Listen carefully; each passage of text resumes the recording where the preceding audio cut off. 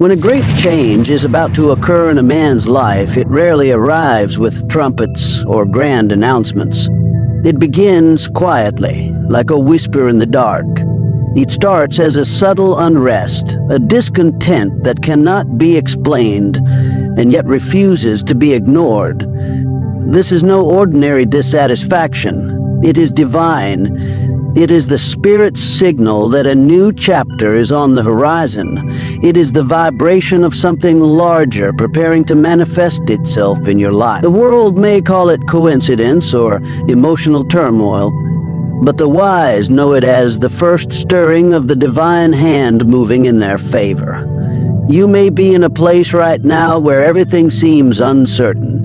The job feels hollow. The relationships no longer fulfill. The daily routines that once gave comfort now irritate your soul. This is not failure. This is not regression. This is the shift. You are being pulled from the small to the great. You are being prepared for a higher calling. Understand this. When God is about to give you something big, He first disturbs your comfort with the small. Most people resist this disturbance. They confuse it with depression, boredom, or misalignment. They run from it, medicate it, or attempt to suppress it, but the individual who has developed the discipline of spiritual observation knows better. He knows that the soul whispers before it roars, and when it whispers, it's time to listen. For in the silence, destiny begins to speak. This stirring is not a punishment. It is an awakening.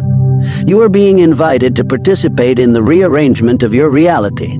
The dreams you've had, the ones you tried to bury under logic and obligation, are rising again. They are persistent because they are divine. They are yours, not by accident, but by appointment. You were assigned a vision, and the discomfort you now feel is the soul reminding you that your time is near. But here lies the test. Will you interpret this internal shift as a problem or as a prophecy? The masses will tell you that you need to get back to normal, that something must be wrong. But there is no going back. There is only forward. You were never meant to live in a cage of routine. You were created to expand, to stretch beyond limits, to rise above the level you've settled for. The shift is a sign that the ceiling is cracking and the light is trying to pour in. And while this stirring may feel chaotic, it is in fact guided. Nothing is random in the realm of purpose. Every closed door, every delay, every detour has been meticulously designed to prepare you for the blessing you cannot yet see. The discomfort is simply the stretching of your spirit to accommodate the size of what is coming. And make no mistake, it is big. Bigger than your current reality, bigger than your past mistakes, and certainly bigger than your fears. Your mind may not yet understand it, but your spirit already knows. That's why you feel the urgency. That's why you wake up in the middle of the night wondering what else there is. That's why the things that once satisfied you no longer do. You are being reconditioned, spiritually rewired, and mentally restructured to become the person who can carry the weight of the blessing on its way. You are not being punished. You are being prepared. But preparation is not always pleasant. Sometimes it looks like isolation. Sometimes it feels like being misunderstood. Sometimes it means walking away from people who once fit into your life but no longer match your vibration. Do not mourn what you're leaving behind. If it was meant to continue, it would have grown with you. The shift calls for courage, and courage demands separation from fear, from limitation, from comfort. If you are currently in a season of confusion, rejoice, for confusion often precedes clarity. If you are in a period of loss, rejoice, for loss often precedes gain. If you feel restless, empty, or stretched thin, give thanks. These are not signs of weakness. These are signs that your current container is no longer sufficient for your next blessing. The shift has begun. Your soul is expanding, and that expansion is the evidence that something greater is approaching. You are on the edge of transformation, and every fiber of your being knows it.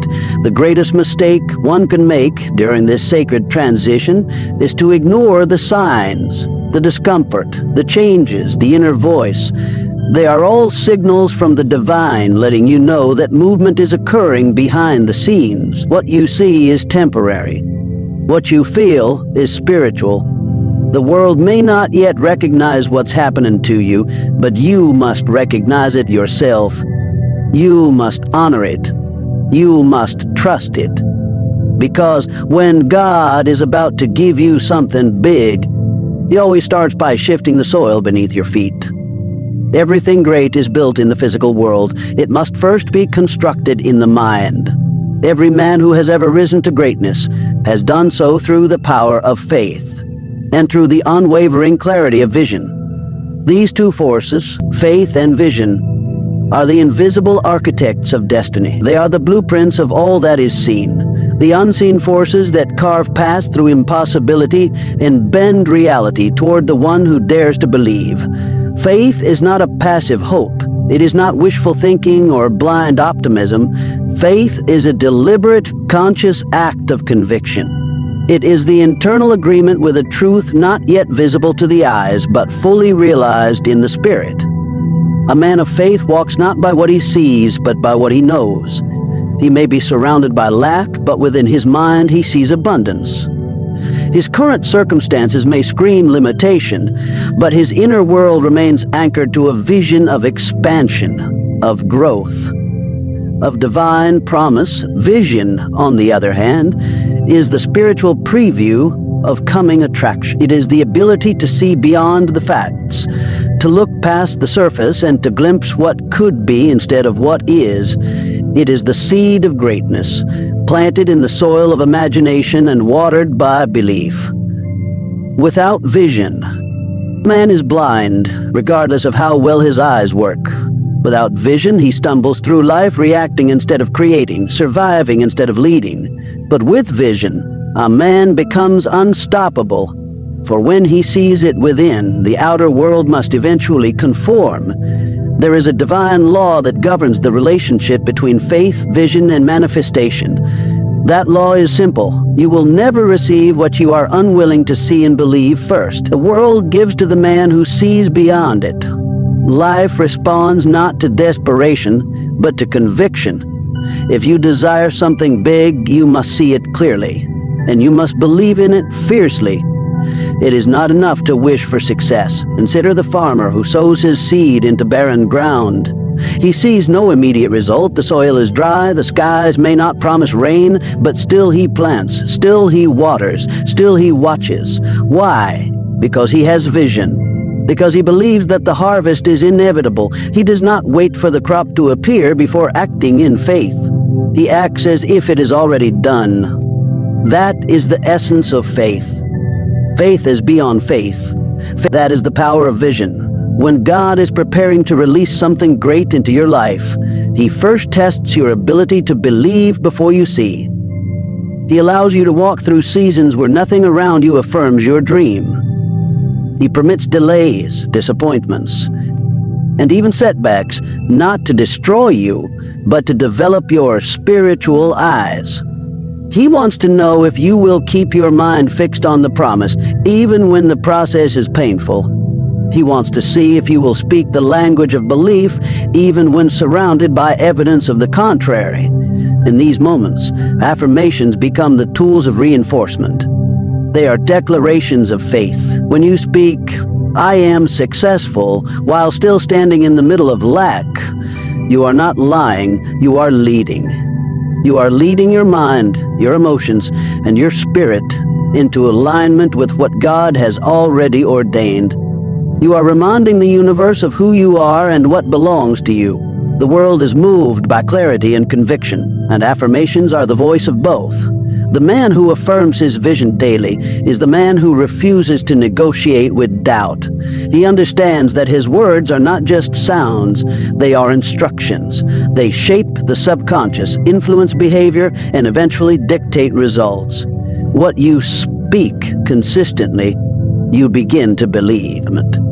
And what you believe deeply, you begin to act upon. Those actions create momentum. That momentum attracts resources. And those resources create outcomes that others will call miracle. But you will know were always inevitable. Vision gives your faith something to aim at. It becomes the target for your energy, your thoughts, your prayers, and your preparation. Without vision, faith is scattered, unfocused, weak. But with vision, faith becomes a laser beam, cutting through resistance and pulling you forward through seasons of uncertainty. And when vision and faith are united, when you can see clearly and believe fully, there is nothing in this world that can stand in your way. Faith does not wait for evidence. Faith is the evidence. It is the assurance of things hoped for, the conviction of things not seen. And vision is the substance of that hope, the picture you hold in your mind of the life that has yet to be lived. Together they form the internal compass that will guide you through every valley and raise you to every mountain. They will keep you steady when everything around you shakes. They will remind you who you are when the world forgets. They are the tools of the Creator, the marks of a man who refuses to live by chance. Words are not simply sounds or vibrations carried through the air. Words are seeds. Each word spoken carries within it the blueprint of creation. To speak is to summon. To declare is to direct. The universe responds not to idle thoughts, but to intentional, repeated, emotionally charged affirmations. Affirmations are not just motivational phrases. They are the language of creation itself. Every word you speak consistently and with belief becomes a command, an order issued from the inner realm of consciousness to the outer realm of reality. When you affirm, you are engaging in spiritual architecture. You are shaping the invisible before it takes form in the visible. You are telling your mind what to focus on, your emotions what to feel, and your actions where to move. You are aligning your inner self with the frequency of what you desire. The man who masters his affirmations masters his future, because he understands that reality is always echoing back the dominant vibration of his inner world, and that vibration is largely shaped by his most consistent words. The world is created twice, first in thought and then in form. But between thought and form stands the bridge of language. Language, especially when repeated with emotion, serves as the vehicle that carries thought into manifestation. This is why affirmations are powerful. They are not magic spells, they are spiritual instructions. They embed truth into the subconscious, and once the subconscious accepts a truth, it begins to act upon it without resistance. Your life always rises or falls to the level of your internal programming, and affirmations are the code. The conscious mind can be influenced by anything, a conversation, a book, a billboard, but the subconscious mind only responds to repetition. It does not understand jokes, sarcasm, or chants. It understands only what is repeated, emotional, and consistent. When you tell yourself, "I am powerful," even when you feel weak, your subconscious begins to adapt to that message.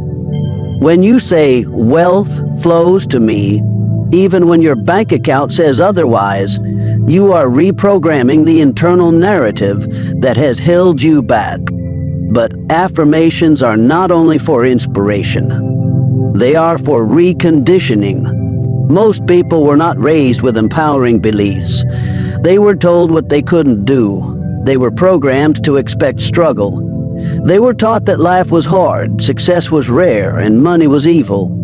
These are lies passed down through generations, not because people meant harm, but because they too were programmed by fear. Affirmations are how you break that chain. They are how you rewrite the script of your life.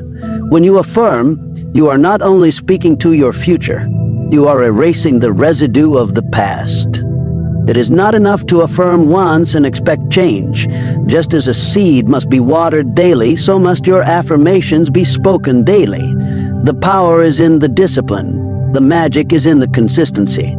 You don't wait until you feel good to affirm. You affirm until you feel good. You don't wait until the evidence supports your declaration. You keep declaring until the evidence arrives. This is the language of faith, and faith speaks as if it is already done. When you speak life, you receive life. When you speak success, success begins to respond. There is a divine order that follows the one who speaks with certainty. When your affirmations are no longer mere hopes but become spiritual convictions, mountains move, doors open, ideas arrive, people show up. Why? Because you have become a match for what you desire. Your words are magnets, attracting experiences that resonate with the vibration of your voice. This is why you must guard your speech. Every complaint, every self-doubt, every careless insult is a misuse of this sacred tool. You are always affirming something, either your greatness or your limitation. The choice is yours. Every great breakthrough is preceded by resistance. This is not coincidence, it is law. Resistance is the final test before the door opens. It is the spiritual friction that occurs when your current identity begins to collide with your future self. When God is about to give you something big, the pressure intensifies, not because you are being denied, but because you are being refined. Resistance is not a sign that you are off track. It is the greatest evidence that you are on the verge of stepping into something extraordinary. Resistance does not appear in the beginning. It rarely shows up when you are simply dreaming or talking about your plans. No, resistance waits until you decide.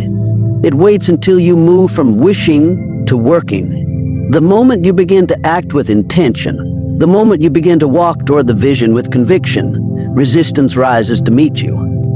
Why? Because progress threatens the old system. Every step toward your destiny disrupts the structures, mental, emotional, spiritual, and even relational, that have kept you in place.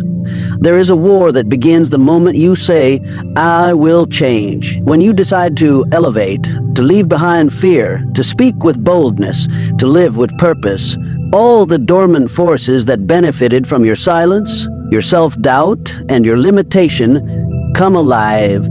The negative thoughts, the toxic people, the unexpected setbacks, they rush in, not because you are losing, but because you are breaking through. The resistance is not sent to destroy you. It is sent to confirm that what you are doing matters. Most people misinterpret resistance. They believe opposition means stop. They assume hardship means they made the wrong choice. But the wise understand that resistance is the bodyguard of elevation. Nothing valuable comes without a fight. The greater the reward, the louder the resistance. When you begin to change your language, when you speak affirmations instead of complaints, when you act on faith instead of fear, the shift begins within you, but the battle begins around you. Resistance shows up in subtle ways. It may be procrastination.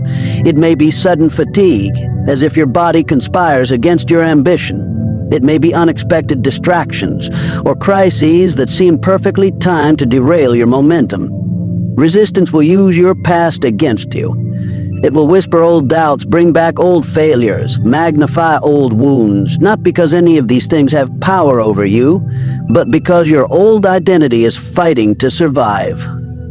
The closer you get to your next level, the more desperate your old life becomes to keep you where you are. But there is no growth without friction. Diamonds are formed under pressure. Muscles are built through resistance. The same law applies to your spirit. When you feel like giving up, it is not a sign to stop. It is a sign to press harder. Resistance does not show up to say you can't do it. It shows up to ask how badly you want it. It separates the committed from the curious. It reveals who is truly ready to carry the weight of their next blessing. You will be tempted to turn back. You will be tempted to question everything. You will wonder why, after doing everything right, things feel like they're falling apart. This is resistance in its most deceptive form. It tries to convince you that your effort is in vain. It tries to make you believe that your affirmations are working, that your prayers are unheard, that your vision is a fantasy. But this is the moment of testing. This is where faith is proven. The man who keeps going in the face of resistance is the man who wins. This is why your words matter more in the midst of resistance than at any other time. When you speak power in the presence of pressure, you declare mastery. When you say, "I am strong," while everything is pushing against you, you step into authority. Affirmations during ease are practice. Affirmations during resistance are battle cry. The spiritual realm responds most to the one who refuses to be silent in the storm. The louder the wind, the clearer your voice must hat you give it. It cannot stop you. It can only slow you, distract you, or persuade you to stop yourself. Your mindset is the gatekeeper. If you interpret resistance as a signal to retreat, it wins. But if you interpret it as a signpost that you are near your breakthrough, then you rise above it. Your perspective transforms it from an enemy into an ally. You begin to welcome it, knowing it precedes expansion. The champions of life are not those who never felt resistance. They are those who felt it, faced it, and moved through it. They understood that every delay was a sharpening, every detour a preparation. They embraced the resistance as part of the process, not as a punishment but as a prophecy. They knew that when the pressure intensified, the promise was near. The mind that is trained to see resistance as progress cannot be stopped, because while others retreat in discomfort, he rises in resolve. There will be moments when it feels as though nothing is working, as if the affirmations are hollow and the faith is stretched thin. But this is the sacred place. This is where transformation occurs. Resistance is not the end of your journey. It is the threshold. It is the final gate between where you are and where you were destined to be. If you can push through the noise, the doubt, the fear, and still affirm your greatness, then the resistance will no longer be a wall. It will become your witness that the breakthrough is on the other side. There is a principle so powerful, so divine, that when fully understood and practiced, it causes reality to yield in your favor. This principle is simple yet profound. You must act as if you already have what you are asking for. You must think, speak, move, and live, not in alignment with your current conditions, but in agreement with your desired result. This is not delusion, it is divine alignment. It is not fantasy, it is faith in motion. It is the spiritual law of assumption, and it is the behavior of those who create success rather than chase it. To act as if you already have it is to step into the frequency of your vision. It means your behavior begins to match your belief. Your energy starts to align with your expectations. When you act in this way, you are no longer wishing for change, you are embodying it. You are walking in the identity of the person who already possesses what they once desired. And because the outer world is a mirror of the inner world, the moment you shift within, the world begins to shift around you. Most people fail to receive their vision because they are waiting for evidence before they believe. They are waiting for the bank account to grow before they feel abundant. They are waiting for the opportunity to show up before they prepare. They are waiting for applause before they speak with authority. But this is not how creation works. You do not wait for the fruit to appear before you plant the seed. You plant the seed, you water it daily, and you live in expectation of the harvest, even when the field still looks empty. When you act as if, you tell the subconscious mind, "This is who I am now." And the subconscious, once it accepts that identity, begins to attract the people, the ideas, the resources, and the circumstances necessary to make it true. Action rooted in belief rewrites the story of your life. It begins to dissolve the old patterns, the limiting thoughts, the habitual behaviors that once kept you small. It replaces hesitation with confidence. It removes fear and replaces it with certainty. You must begin to carry yourself differently. Speak with the tone of someone who already succeeded. Dress like someone who values himself. Make decisions as one who already trusts his own wisdom. Operate your daily life not from the memory of past failure, but from the awareness of future fulfillment. You are not faking it. You are forming it. You are shaping the invisible until it becomes visible. You are teaching the world how to treat you by how you treat yourself in the process. The power is in the posture. The man who expects greatness walks into a room with his head held high, not because the room told him he was important, but because he told the room who he was. He does not wait for validation. He gives it to himself. He does not hope for recognition. He acts in accordance with his worth. He does not beg the world to give him a chance. He moves as though he already owns the opportunity. That posture, that energy, that assumption, it is magnetic.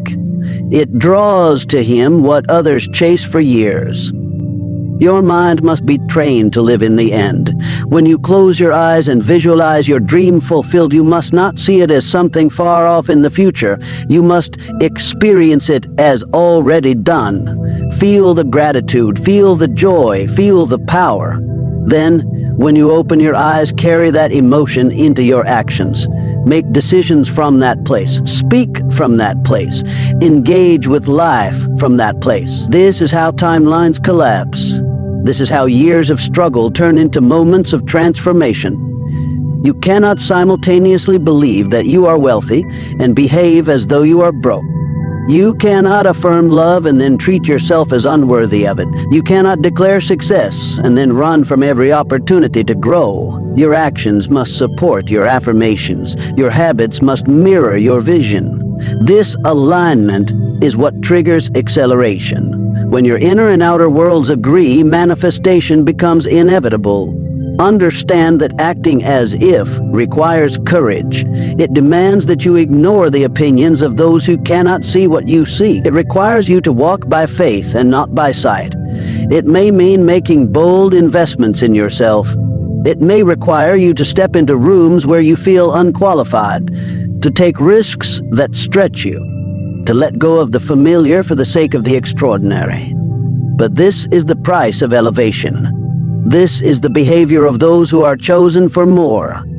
The world will try to pull you back into your former identity. Circumstances will arise to tempt you into acting like the old you. But you must resist. You must remind yourself daily of who you are becoming.